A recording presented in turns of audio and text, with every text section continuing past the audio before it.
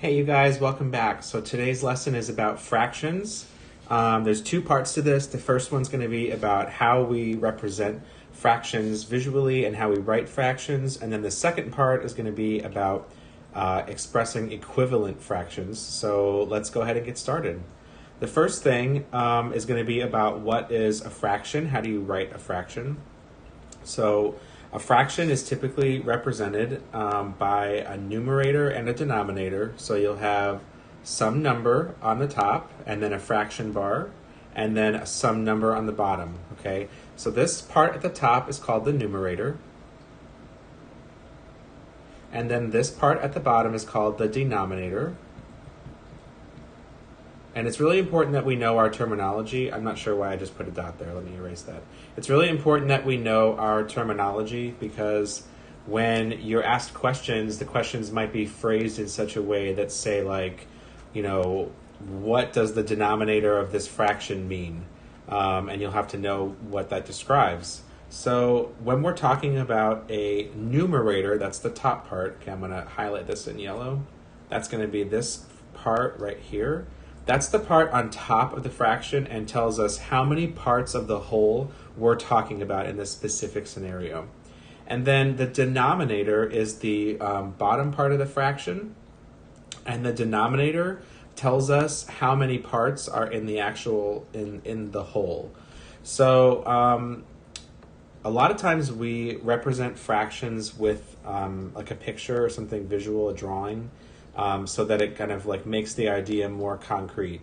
So if we were looking at this rectangle that we have over here, this is one big rectangle and it's split up into 6 sections. So if I numbered these sections, 1, 2, 3, 4, 5, 6, there are 6 sections inside of this in this whole. So already right off the bat, I know that my denominator of 6 is going to be what I'm looking at. And then typically with these images of fractions, the part that's on the top, the numerator, when we're counting how many parts of the whole we have, it's usually something that's shaded in. So how many of these squares out of the 6 are shaded? There's 1, 2, 3, 4, 5 of them. And so that relates to the numerator, okay? This is also represented sometimes, not just by these generic shapes like rectangles and circles, but you know, like we try and root these in like real life ideas. So like a pizza pie, when you order a pizza, typically comes in like 6 or 8 different slices already cut for you. And so like in this image right here, we have 5 out of the 6 total slices of pizza. So we have 5/6 of the pizza, okay? And then we're missing 1/6 of the pizza. That's the missing piece right there. Okay, so let's label these fractions over here to the side. So the first one is this circle, and we have how many parts in total? We have 1, 2, 3, 4. We have 4 parts in the whole, and how many of them are actually shaded in? Only one of the parts. So this fraction is going to be represented by 1/4. And then we can represent the same fraction with this strip of squares that we have here. There's 1, 2, 3, 4 parts in the whole, and how many are shaded in? Just 1. So this is also going to be 1/4, okay? And that's basically the gist of how you put fractions together. The next idea I sort of want to approach here is going to be about comparing fractions. So a lot of times, you know, and I am a math teacher and I sometimes struggle with this. A lot of times we're going to be asked to compare the sizes of fractions. And what I'm talking about when I say sizes of fractions is like, let's go back to the pizza metaphor, right? So if I have 5/6 of one pizza and I have 7/8 of another pizza, which pizza do I have more slices of? Which pizza do I have a greater percentage of the slices? And that's what we're talking about when we're comparing fractions. So in the first example here, you can see 2 identical circles, right? They're the whole shape, the actual whole shape. I'm highlighting it in red here. The actual shape is a circle and they're identical, right? But on the left circle, we've split the circle up into 4 pieces. So there's 4 parts of the whole. And there's 2 of those that are shaded. And that's where we get this fraction 2 out of 4. Then we have the same exact circle, the same amount of shading, but we have a different number of pieces of that circle that is broken up into. We actually have 8 parts of the whole in this case. And 8 parts of the whole, only 4 of them are shaded, so we have 4 out of 8. Now, there is something else that we can do with this, which is something called reducing fractions. And what you want to do is you want to reduce that fraction as far as you can go. And what's meant by that is that you look at the top and the bottom number and you try and figure out a number that divides into both of those numbers evenly. So for example, if I was looking at this first problem, 2 over 4, I'm pointing to the 2 over 4 here. If I'm looking at 2 over 4, I might try and divide the top number by 2 and divide the bottom number by 2. And if I do that, let's actually look at that, right? So we have 2 into 2, and we have 2 into 4. Well, how many times does 2 go into 2 itself? 2 times 1 gives me 2, so the answer here would be 1. And then for the denominator, if I divided 4 by 2, well, let's skip count and find how many times 2 goes into 4. That would be 2 and then 4, so that's 2 times. This goes into it 2 times. So this fraction is equal to 1 over 2. That's the lowest we can go because 1 is the biggest number, the smallest number that doesn't have anything else that goes into it. And then what about 4 over 8? Well, let's try using 2 again. So if I were to divide 4 by 2, okay, we already figured that out on the other side here. We know it goes in 2 times. And then what about 2 into 8? So how many times does 2 go into 8? Let's skip count. That's 2, 4, 6, 8. So that's 4 times. So now I can reduce this fraction to be 2 over 4. But we just reduced 2 over 4 on the other side here to 1/2, so that's not all the way reduced. We can do it one more time, okay? And this is basically the idea behind reducing fractions. A lot of times you're going to have questions, math questions that say, express your answer as a fraction and reduce it as much as you can. So if you wrote 2/4 as an answer, you wouldn't be wrong, but since the question said to reduce it all the way, you're going to want to bring it down to the the least fraction that you can find. In other words, nothing else will divide into both the top and the bottom.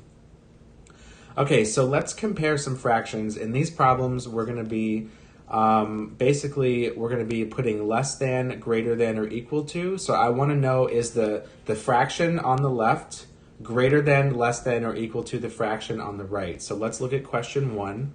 So in this one, it looks like we have 1, 2, 3, 4 parts, and only one of those is shaded, so that's 1 over 4.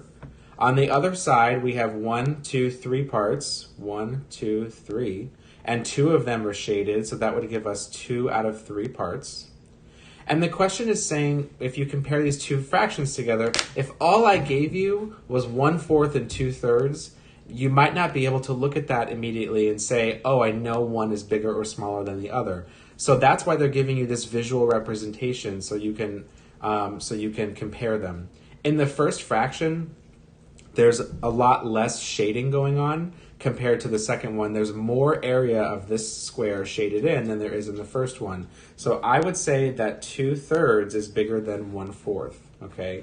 And if you think about that, if I had a pizza and you had 2/3 of that pizza, meaning you have 2/3 of that pizza and I only have 1/4, okay? 2/3 of that pizza is almost 3/3, which would be the entire thing. I only have 1 out of 4 pieces, so I'm not even halfway there. You have a lot more of that pizza than I do, okay? So let's do this problem again with number 2. How many parts do we have here? 1, 2, 3, and 4. So this is 1, 2, this is 3/4. And then this is 1, 2, 3 pieces. So that would give me 2 shaded parts out of 3 total parts. And the question is, which one of these do you think is larger? based on the amount of shading that's going on. And it might be easier for you to actually look at the two pieces that are not shaded in and find out how much, which one has a greater quantity not shaded. To me, it looks like the fraction that's on the left here has less remaining than it does on the right. So I think 3/4 would be larger than 2/3. Okay. I'm going to go ahead and instruct you now. Just go ahead and pause the video. And then I want you to try 3, 4, 5, and 6 and see if the concept is making sense to you. And then unpause the video and we're going to go ahead and we're going to reveal those answers. Okay. So for 3, we have 1, 2, 3, 4, 5, 6, 7 pieces. So this is 1, 2, 3, 4, 5, 6, 7. And we have 1 out of 7 of those pieces shaded. 1, 2, 3, 4, 5, 6. This is 1, 2, 3, 4 out of 6 pieces are shaded. And this one definitely has more shading. It's easy to tell without even numbering anything. But now you know that the fraction 4/6 is greater than the fraction 1/7. And sometimes, again, those quantities are not easy to compare. In our minds, we need to put that to some sort of visual representation, and that's exactly what this assignment is about. For 4, we have 1, 2, 3, 4, 5 pieces. In this one, we have 1, 2, 3, 4, 5, 6, 7 pieces. This is 4/5 shaded in. And this is 8. I'm sorry, I can't count. This is 1, 2, 3, 4, 5 out of 8 shaded in. And so 5/8 versus 4/5, that's even more confusing just looking at the numbers. That's why we want this visual representation. There seems to me to be more shading on the left side, so I'm going to make sure that I'm putting greater than for that symbol. Okay. Why don't you go ahead and just pause the video and do 5 and 6 if you haven't already, and just make sure that you have the concept down. And then when you come back and unpause, the answers will be there for you. Okay, check your work. See if 5 and 6 look correct to you. For both of these, I got greater than for the fractions on the left side versus the fractions on the right side.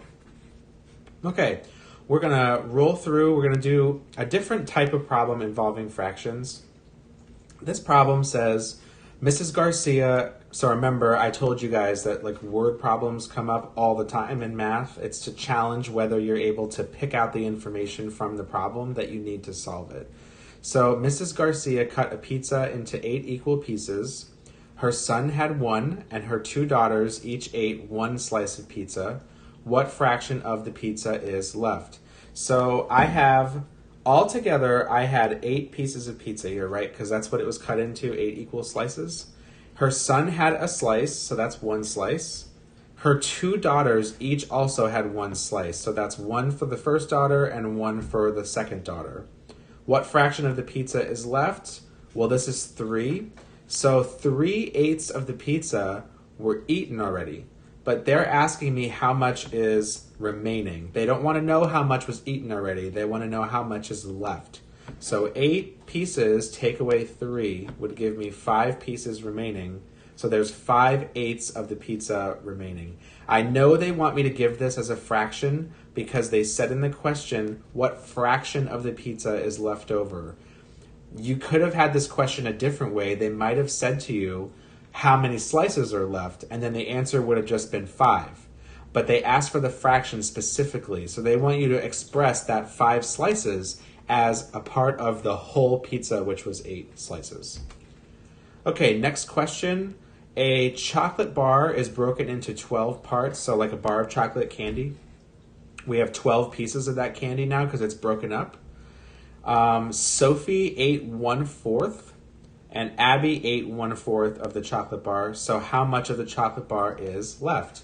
So here is a great idea, a great opportunity for us to go back and use something like what we did in this last problem here. We're going to use comparing the same type of shape. So let's make a drawing of that candy bar, and then let's do another drawing of the candy bar right below it, okay? Okay. You know what, actually, let's do it all in one. That'll be a lot easier to see. Let's do it all in one. Let me erase that. Okay, so we're going to do it all in one. First, let's break the candy bar up into 4 because they told me that Sophie ate 1 out of 4. So if I break it up into 4, then I'll be able to shade one part of that and see how much this person Sophie had. So let's cut this in half, and then we'll cut that in half too. And now I have 4 equal parts, okay? I'm going to use the highlighter to represent 1/4 of that. So 1 out of the 4 pieces is this first part right here, and that's done. Abby also ate a 1/4, so I'm going to shade in another 1/4 of that to represent that that has been eaten as well, okay? So now we have a chocolate bar that Sophie ate a 1/4 of and Abby ate a 1/4 of, but they wanted me to find out something about this chocolate bar given that it was broken into 12 pieces. So how many pieces of that chocolate bar is left? Now this doesn't even say a fraction, but we'll do it both ways, right? So if I were to do this, I'll use a different color, like I'll use dark blue, right? What I really need to do is I need to split this into 12 pieces, which means I need to go 3 long ways. I need to cut this up into thirds. And that would give me 12 equal pieces because I have 1, 2, 3, 4, 5, 6, 7, 8, 9, 10, 11, 12, okay? So how many pieces are left? We have 12 altogether, and so this would be, whoops. If I have 12 pieces left, right, then I have 6 pieces remaining that haven't been eaten yet. So there's 6 pieces, I must be dyslexic, sorry. 6 pieces remaining. And let's express that as a fraction. So 6 pieces are remaining out of how many? How many pieces are shaded in here? How many pieces are there? Is this chocolate bar split up into? 12. So 6 out of 12. Now, we're also going to kind of do a little bit more about the equivalent fraction in this problem. Did you notice how they gave us the problem in 12 pieces, but then the fractions they gave us were in 1/4, 1/4? So we need to try and simplify this fraction as much as we can, right? So let's divide the top number by 2 and the bottom number by 2. I know it will work because they're both even, okay? 6 divided by 2 is going to give me 3. And then 12 divided by 2 is going to give me 6. And if you need to see that written out, it would be 2 into 6 gives me 3.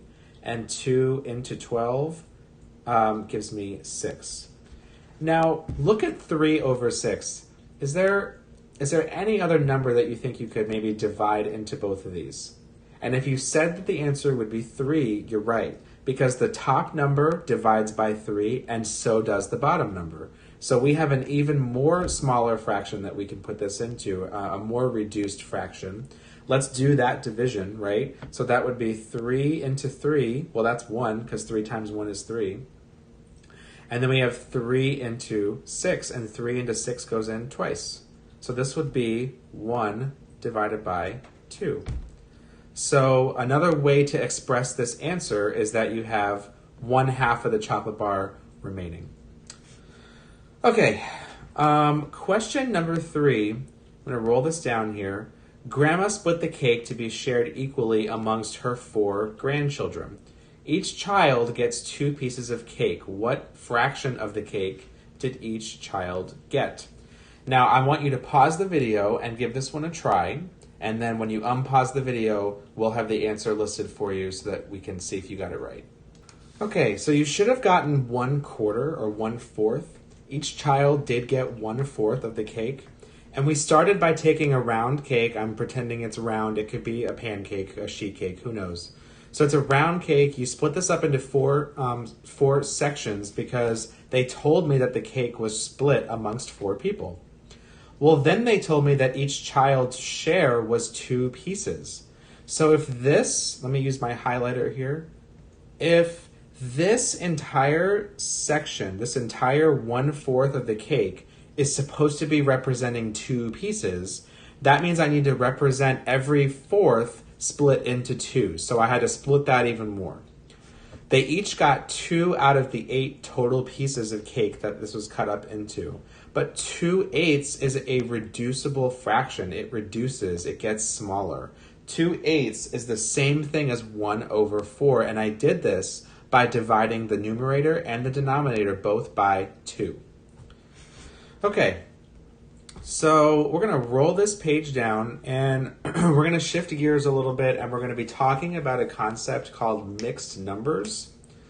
What happens so far in all the questions that you've seen, right? I'm going to scroll back up so we can see some of them. In all the questions that we had so far, in the numerator and denominator of all these fractions, have you noticed that the numerator is always smaller than the denominator? For example, 1 is smaller than 4, 2 is smaller than 8. If I roll back up here, 6 is smaller than 12, 3 is smaller than 6, 1 is smaller than 2. That's happening because if we go back to our definition of a fraction, the number on the top represents how many pieces of the whole part, how many parts we have, versus on the denominator that tells us how many pieces a whole thing is split up into, okay? Well, let me blow your mind for a second, and let's say that we had what we call an improper fraction. And let's say that I gave you a fraction that said that you had 7 out of 5, okay? Now, how can you have more parts than there actually are in one whole? Well, if we look at what a denominator is, right, this represents that we have 5 pieces in a whole, but what if we had multiple like whole parts? What if we had, you know, several pizzas that all had 5 slices in each pizza? Well, the fraction would still have denominator of 5, right? But what if I personally had more slices than what was in just one pizza? What if I have all the slices from a first pizza and then some slices from the second pizza? And that's what happens when you have a mixed, this is an improper fraction. And we call it improper because you're technically not supposed to have a number on the top that's larger than the number on the bottom. So let's represent this, right? So we already said that we have, let's use the pizza metaphor again. We already have pizzas that are split up into 5. And I really should have chosen something that would be like easier to draw. But like, let's see, what would 5 be? It would be like this, split, and then like this. That's the worst pizza I have ever seen with 5 slices, but I want you guys to just close your eyes and use your best imagination to pretend that this is like a nice, beautiful, like equal looking 5 pieces of pizza here. There we go. Once again, worst pizza I've ever seen, but whatever. Like, I'm a math teacher, not an artist, so there we go. Now, this is how many pizzas? 2, which means in total, I actually have 10 pieces, but each whole pizza is split up into 5. That's why our denominator is 5. Now, let me count 7 pieces, right? If I counted 7 pieces, 1, 2, 3, 4, 5, 6, 7, 8, 9, 10. Oops, 10. I don't know why I wrote 7, sorry. Let's color these in, right? So like, that's 1, 2, 3, 4, 5, but I have 7 pieces. So I've got a whole pizza, and then I also have 6, 7 out of this pizza. I have 2/5 of this pizza. So another way for us to express improper fractions is to write them as what we call a mixed number. A mixed number is when you have a whole number, not a fraction, but a whole number, and a fraction with it. So this is the same thing as saying I have 1, right? And I also have 2/5. So in total, I have 1 and 2/5 slices of pizza. That is basically the gist of how a mixed number works. And we're going to use these examples, these visuals here to look at some more mixed numbers. In this case, the pizzas are all split up into 2. And so how many pieces do I have? I have 1, 2, 3, 4, 5 out of the 6, okay? But I don't have 5 out of 6. I have 5 out of 2 because every whole circle has 2 pieces in that. So that's where I get 5 and 2 from. Now, you also have a way to express this as a mixed number, and so you would count how many whole ones you have, like how many are completely shaded in and how many are only partially shaded in, and that's how you get your whole number and your fraction mixed together. So all together, I'll use a different color for this. Let's use red. All together, this is 1 whole piece, 2 whole piece, and then I also have 1/2 because I have 1 out of the 2 pieces, okay? Another way to represent that would be 1, 2, 1, 2, 1, 2, and that would be both slices, half the slices, okay? We're gonna roll down here to a next example. The mixed number form was already given to us, and then we also need to find the numerator of the improper fraction. So all I need to do is count how many parts are shaded in. I have 1, 2, 3, 4, 5, 6, 7, 8, 9, 10, 11. And that is my improper fraction. I have 11 out of 4, okay? Next question. We have the mixed number. Let's find the improper fraction. Count the pieces. 1, 2, 3, 4. So it's 4 thirds. Every one of them is split up into 3. And how many pieces do I have shaded in? 4. Okay, one more with these mixed numbers. How many pieces do I have? 1, 2, 3, 4, 5, 6, 7, 8. 8 out of the 5. And this is another way to represent this would be to say that I have a whole one, and then I have 3 out of 5, and that's where I get 1 3/5 from. Okay, that's where that terminology comes from. Okay, the next thing we're going to discuss in this video is going to be converting between a mixed number and an improper fraction, and we are doing away with the visuals. So we have no more, like pizza pies or rectangles or anything, no shaded parts. We're going to do this purely mathematically, okay? And so in this first part, we're going from a mixed number to an improper fraction. And so all you do is take the denominator of the fraction, you multiply it by the whole number, and then you add the number on the top. And you see how they have this little loop-de-loop going right here? Because that's the direction that you go in, okay? So first we multiply the whole number by the denominator, so 7 times 7 gives us 49. In the second step, we add what we just found. We add that number, 49, to the numerator, okay? This is going to be the new numerator of our improper fraction. So 7 times 7 is 49, plus 2 is 51, and then you keep the same denominator that you had previously. So 7 times 7 is 49, plus 2 is 51, and then in the denominator, you just keep the same denominator that you had. That is how you convert from a mixed number to an improper fraction. And I will tell you that going from a mixed number to an improper fraction is a lot easier than the reverse, because in the reverse, you kind of have to do like some division and stuff, but it's fine. We're going to figure it out. We're going to do it all together. So this is your steps for going from mixed number to improper fraction, and I'm going to roll the page down here to talk about improper fraction to mixed number. So the first thing you're going to do is, let's say this is the improper fraction you were given, 51 divided by 7. Okay, 51 divided by 7. All right. What you have to do is, you actually have to do this division and find what the numerator is, and you then have to express that numerator as leftover pieces of this denominator.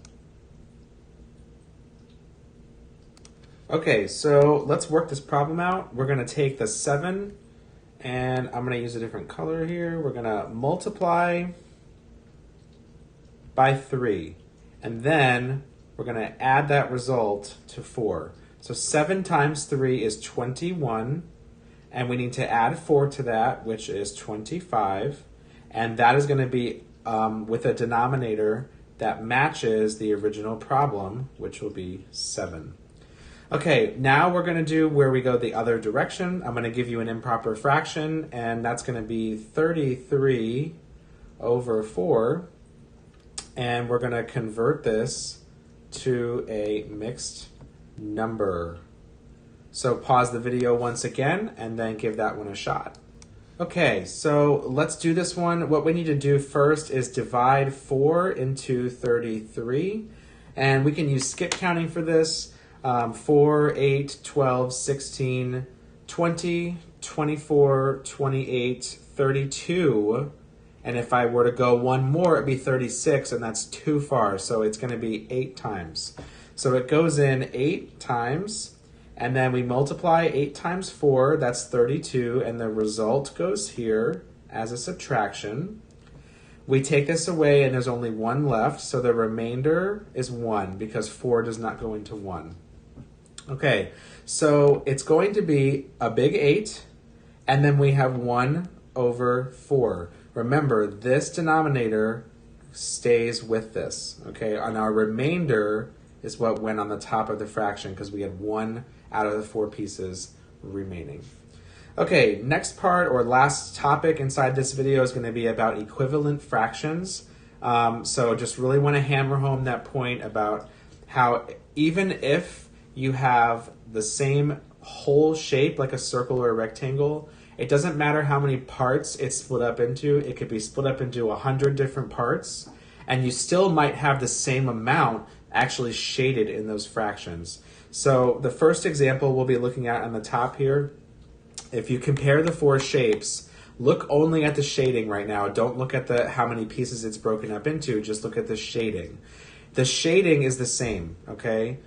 It looks to me that in all of these figures, half of the shape is shaded in, okay? So if I gave you one that looks like this with the orange, right? There's 8 pieces here, and 4 of the 8 pieces are shaded, and that is equivalent to 1/2. And we sort of covered how to do this before, but that's the idea. You can have several equivalent fractions, and this direction here, going down this way, is going to give you the most reduced. That's the most reduced form of that fraction, okay? So let's do some example problems. I'll do 1 or 2 with you, and then I'll let you take a stab at the rest. And then you can check your answers with me here and see if you got them right. So let me switch colors because I don't think green is going to show up very well. Let's do blue. So this is 2 out of 4 pieces is shaded in, and this is 1 out of 2 pieces shaded in, and those are equivalent. So 2/4 is the same thing as saying 1/2, okay? Then we have 1, 2, 3, 4, 5. 3 out of the 5 pieces are shaded. 1, 2, 3, 4, 5, 6, 7, 8, 9, 10. That is 10 pieces, and 6 of them are shaded. 6/10 is the same thing as 3/5, okay? Here we have 2 out of 3 pieces, and then in this one we have 1, 2, 3, 4, 5, 6, 7, 8, 9 pieces all together, and it looks like 6 of them are shaded in. So 6/9 of something is the same as saying 2/3 of something. So go ahead and pause the video and fill in the rest of these real quick, and then just come back and check your answers. Okay, so here's where you should be. We got 4/12 is 1/4, 6/10 is 3/5, and 2/16 is 1/8. There's a strategy I want to show you that might make these problems a little easier to compare instead of counting all the pieces. There's a trick here, and it actually is a good trick to learn for later when we're doing problems with fractions. But let's roll down the page. Out of the problem that you're given, pick the shape that has the smaller amount of pieces, okay? So on this problem, oops, my palm moved the paper around, whoops. Okay, so on this problem right here, 4A, you have this has less pieces. So this is 1, 2, 3, it's 2 out of 3 pieces. And then in the other one, I just want you to count how many are shaded. So 1, 2, 3, 4, 5, 6 are shaded. What number do you multiply 2 by, okay? Let me do that a little differently. 2 times something gives me 6. And what is that, okay? Whatever that number is the same number you multiply the denominator by to get the denominator of this fraction. So 2 times 3 gives me 6, and therefore I must also do 3 times 3, and that gives me 9. So this is 6/9. Now I could have counted, but the point of this is to be able to see what is that factor that you're increasing or decreasing the fraction by.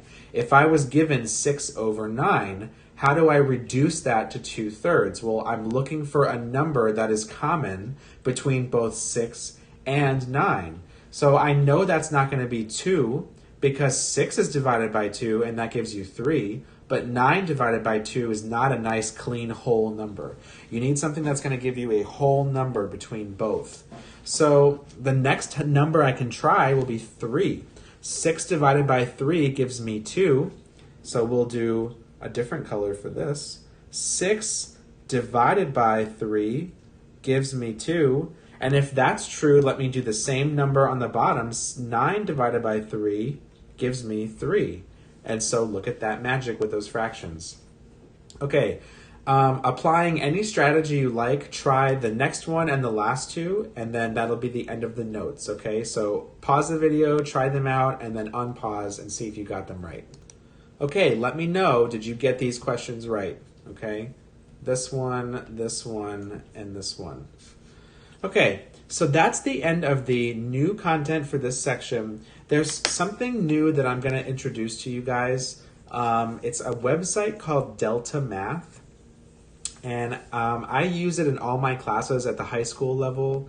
And what it is it's a website that you can log into, and I can assign you guys different types of problems from math to work on. It goes all the way from basic math all the way up to calculus.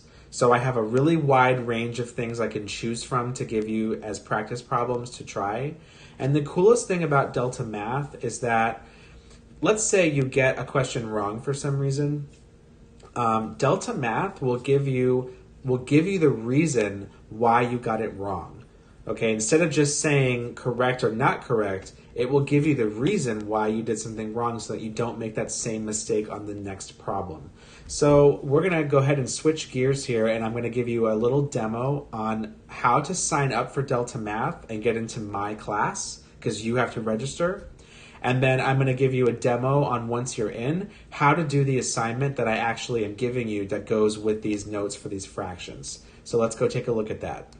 Okay, so I've written at the bottom here the URL to get to Delta Math. I'm going to post this in Google Classroom also, but here it is. And then you're going to need this teacher code, which my teacher code is 476236. And I'll post that in Google Classroom so you have it also, but here it is. We're going to transition over here and take a look at what the website looks like. So if I go to deltamath.com, basically what you need to do is go to the top right corner here where it says create account, and then you want to choose a student account, and then it's going to ask you for my teacher code, which is 476236.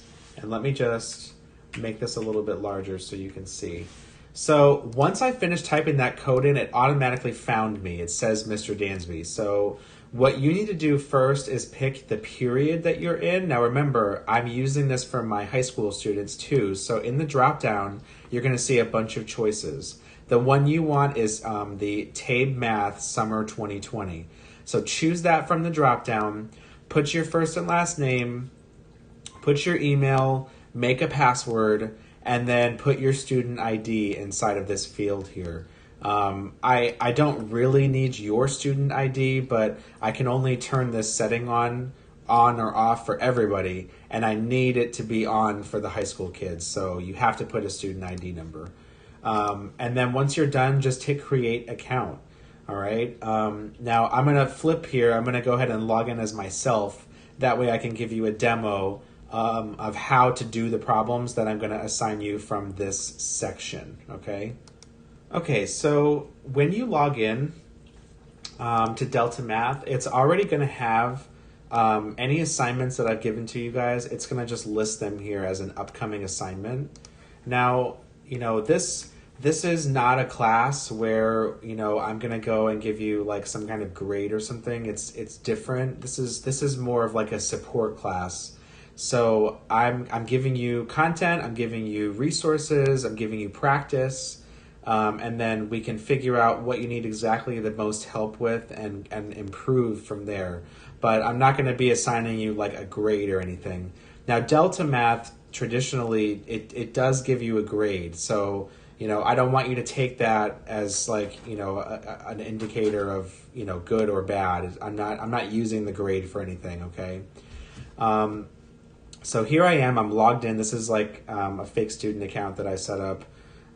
So the first assignment that goes with this section tonight is here. It says simplifying fractions. Actually, I messed up because I think this is actually section 3, not 2, so I'll fix that later. But anyway, this is the section, and then inside of this assignment, I can assign multiple different topics to do. So in this assignment, there's only one, and it's this first section. So to access it, I'm just going to click right here on the topic, and it brings me right to the question, okay? So let's use this question as an example of how we solve the problem and how we enter that answer into Delta Math. So this says, follow all instructions to simplify the fraction graphically. So we have a circle that is split up into 10 pieces. And so I want to count, it right now is asking me for the original fraction, so I'm not reducing anything. I'm literally just counting how many pieces are shaded compared to how many pieces there are all together. And so I'm going to click in this box, and I'm going to put my numerator, which is 5, because there's 5 things shaded. Now, on your keyboard, right, you have a backslash key. And you want to get familiar with that because in order for you to type a fraction in here, you have to hit that backslash key. So I'm going to hit the backslash and see how Delta Math automatically made a fraction for me. It's smart like that. It does it for you. So now I just need to put in the denominator, which should be all the pieces I have in total. So that would be 10. So I'm going to type in 10, and then I'm going to hit the try button, or I could just hit the enter key on my keyboard, either way. Okay? Now, what it's asking me to identify is, what's the common factor between 5 and 10? So if we were to think back to the examples that we did, when we're simplifying or reducing those fractions, what's that number that we can divide the top and the bottom by that they have in common, okay? And so I'm just going to go ahead and I'm going to try 5, because I know 5 goes into 5 one time. And I know 5 goes into 10, and we have to figure out how many times that is. And so my factor, this is just the number I'm dividing by, is going to go in here. And I'm going to put 5 and hit try. Watch what's happening with my fraction here. Look at that. What it did for me was it figured out that if I divided it by 5, on the numerator, it's going to be 1, and the denominator, there's going to be 2 whole pieces. So my simplified fraction is now 1 divided by 2. I have 2 pieces all together, and only one of them is shaded. So 1, hit the backslash key, and then put in that 2, and we hit try. And now what it's asking me to do is submit my answer. So pay attention here, because some problems may ask you just for one thing, some may ask you for multiple steps, but at the end you have to make sure you hit submit, otherwise it won't tell you if you got it right or wrong.